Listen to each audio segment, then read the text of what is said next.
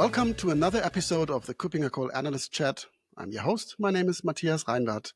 My guest today is once again the principal analyst of KuppingerCole and one of the founders of KuppingerCole Analysts. It's Martin Kuppinger. Hi, Martin. Good to have you. Hi, Matthias. Pleasure being back. Great to have you. And today we want to dive into a topic which is really a what we say hot topic, but it also has some aspects that still are under discussion, under heavy discussion. Some terminology wars are going on. We want to talk about NHI, machine identities / workload identities. So usually the term used is NHI, non-human identities. Before we go into discussion around the terminology itself, first of all, what is a non-human identity and what makes it different from secrets, for example, from credentials or accounts? Yeah. And I think you're bringing up an important point, but also potentially risking a very philosophical, fundamental, foundational discussion. True. Non-human identity and the understanding the industry has are identities of non-humans. So we have the identity of humans like an employee, a customer, etc.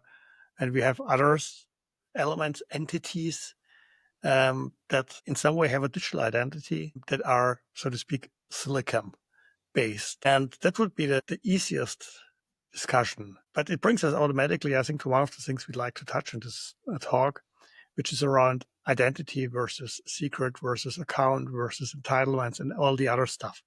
So I think it's currently, realistically, it's an umbrella term for stuff that is, so to speak, covering all the aspects of identity management that are not directly related to humans. Right. And I think I have to mention that I'm a bit of a language fanatic, and etymologically, it's clearly wrong to define something with a term that begins with non. So being something not is not a definition at all. So, but this is something we need to live with, as you said. So we are used to human identities. We are used to deal with them for years now, as KuppingerCole as an IAM company. So the non makes sense in that case.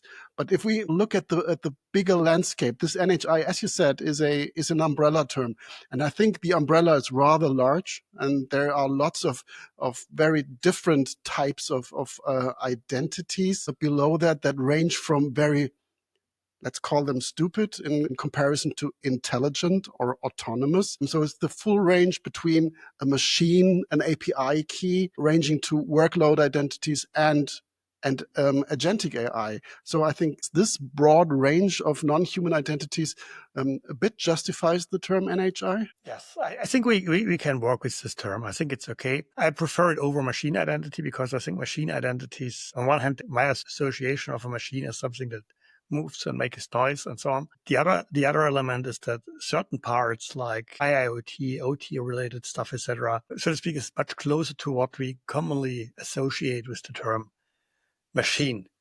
So from that perspective, I would see machine identities more as a subset within non-human identities. And yeah, I think it's an interesting thing because I think that's probably a rather general thing to approach sort of things within IT and probably beyond. We have two extremes we can potentially take.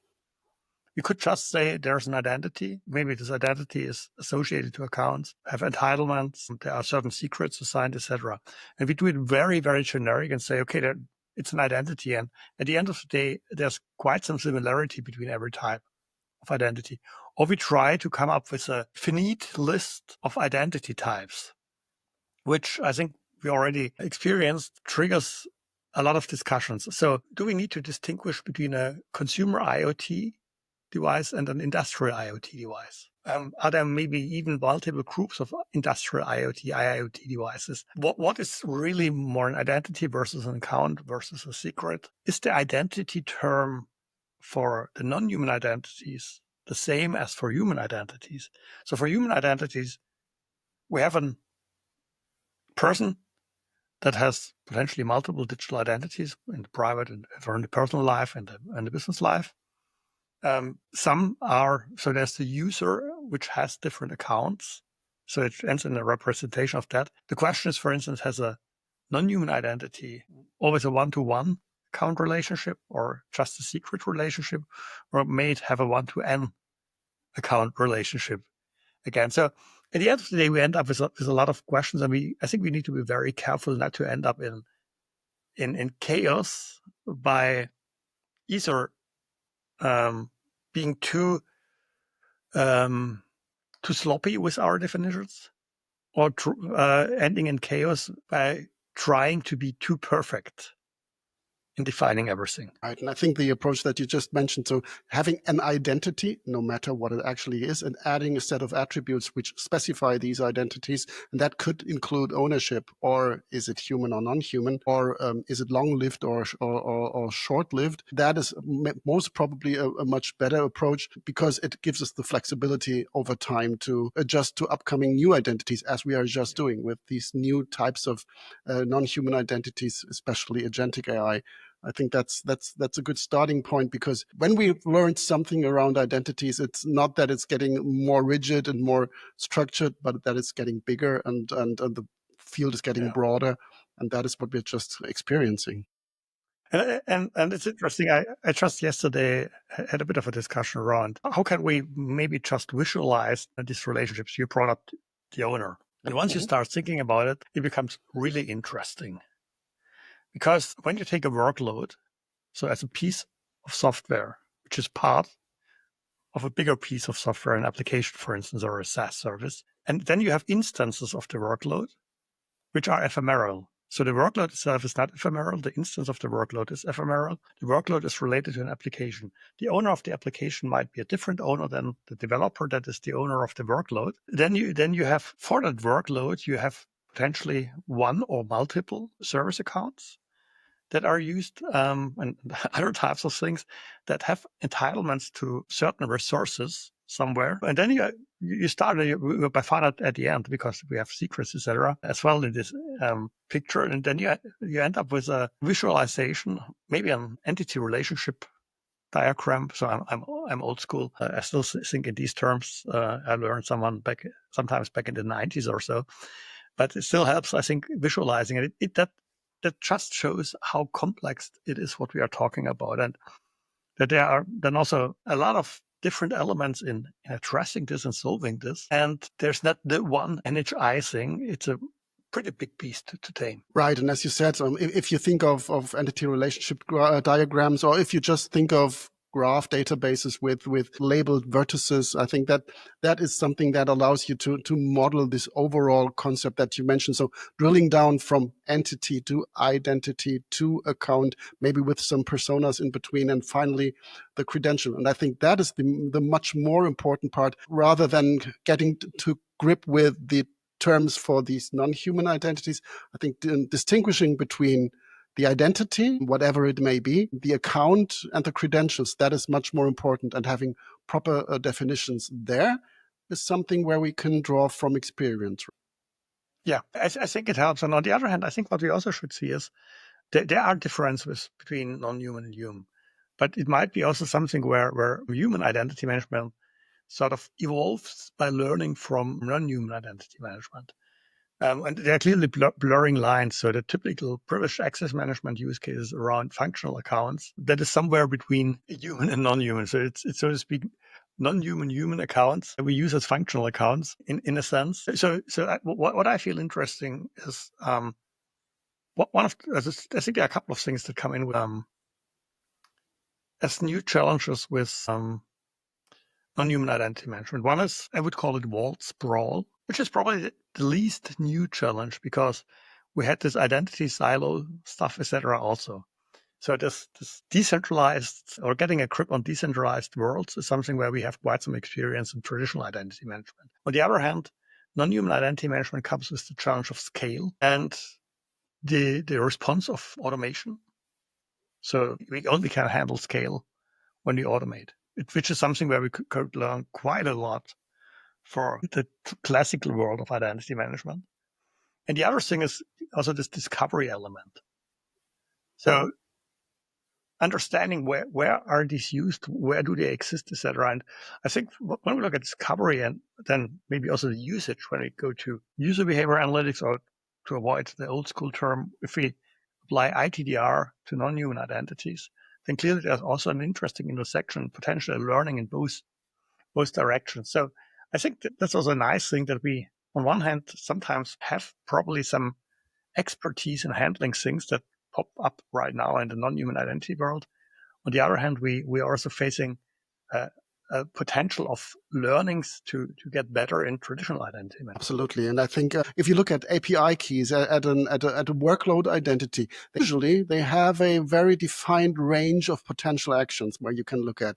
So you can most probably deal with traditional ABAC, RBAC, access assignment, credentials, entitlements, because you know what to expect from them. The API key, you're quite sure what it does during its life cycle, its existence. Human identities and agentic AI, they have a sense, or they have a notion of agency. They can do things autonomously. They make their own decisions, both people and agentic AI, and they are not that easy to tackle with traditional access rights. He has that role, she has that role, but they will change their behavior over time. They learn and they adjust over time, and maybe they do things unexpected within the boundaries that they're allowed to. So dealing with agency, dealing with autonomy is something that maybe even human identity management can learn from agentic AI, because there these ITDR mechanisms come into play to understand what is expected, what is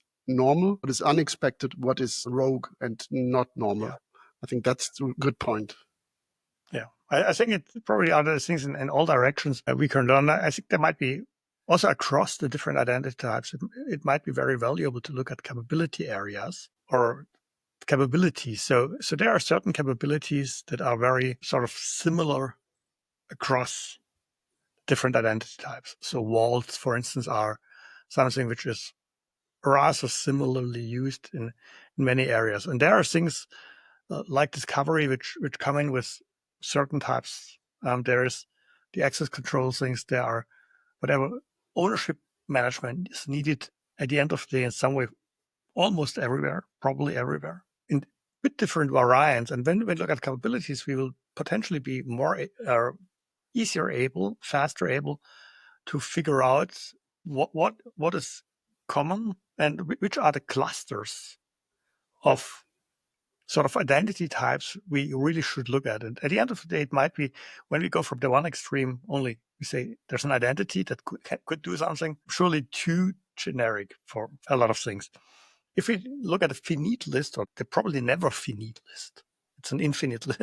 It's not infinite in the mathematical sense, but it's impossible for us to define the finite list of identity types in a stable manner, because there will be always new things, and we have the discussions about what to split, what to merge. But if we take that list and the capabilities and build a matrix, we should be able to come up with a set of meaningful clusters of identity types, which probably are workforce and partner. Partner's a bit tricky, and customer consumer, and workload, and machine in the sense of things, etc., and AI agents. That could be a good starting point. And I don't think we will have that many other clusters, but these are probably the ones which have for itself always relatively strong overlaps of the different capabilities needed. Right. And maybe it's also a nice approach, at least think of not thinking in identity types, but in use cases, what these identities actually do. So no matter what they are, but what is the expected behavior? What are their attributes? What is their lifespan, their life cycle? Maybe that's also a good starting point. So I think we finally managed to very elegantly avoid the definition of NHI. And I think that was maybe the best achievement of that podcast episode. But if we still think of organizations having NHI, from your perspective, final question, what are the biggest challenges that organizations still have to face when they define, manage, and secure their NHIs across their environments? What would be the three things that you would recommend to organizations to start with? So the first thing is stakeholder management. We're talking about security identity developers, architects. Bring them together. Figure out a way that everyone can do the job well. So I think it only will work in a cooperative. Stakeholders may vary a bit depending on the type of NHI, but at the end of the day, stakeholder management is essential. Then I think basically I would say that you can work from there in a much more structured manner. And what you should avoid is having, at the end, many human identity, HI and NHI silos. So put all this into a framework such as the identity fabric. Only 2 recommendations, but I think they should be sufficient. Maybe I add one discovery. I think many identities are created without proper processes, and this is increasingly so, whether you call it shadow IAM, shadow identities or whatever. This is something that's coming up, and you can only control what you know of. So having a proper mechanism in place to identify, to discover those who are not managed, who are bypassing traditional processes, I think that is also an additional starting point. And then it fits into everything that you said before. So especially stakeholder management. Find those stakeholders who create those shadow identities and make them work better. Good point. Right. So thank you, Martin, for being my guest today, for shedding some light on the ongoing discussion. There's lots of discussion going on LinkedIn and other social media, and there are strong opinions. But I think the most important thing is that we make things work. We live with the term zero trust and its weaknesses for years now. So maybe we can live with the term NHI as well, as long as we know what both mean to us. Really looking forward to having you again, Martin, in one next episode. And maybe we then can cover some of the questions that arose from this episode. So if you're watching this episode, if you're listening to this episode, please, and you have questions, of course you will, please drop me a message, drop me a mail, or leave just your comment on YouTube just below this video, and we'll follow up on that. And I will invite Martin again to have a more thorough discussion on that topic again. Thanks, Martin. And maybe someone does the heavy lifting of coming up with the graph or entity relationship diagram or the matrix of capabilities to identity types as a foundation for further discussion. That would be great. Thank you, That would Matthias. be great. Then the analysts don't have to do it. That's good. Okay. Thank you very much, Martin. See you in the next episode. Thank you. Bye.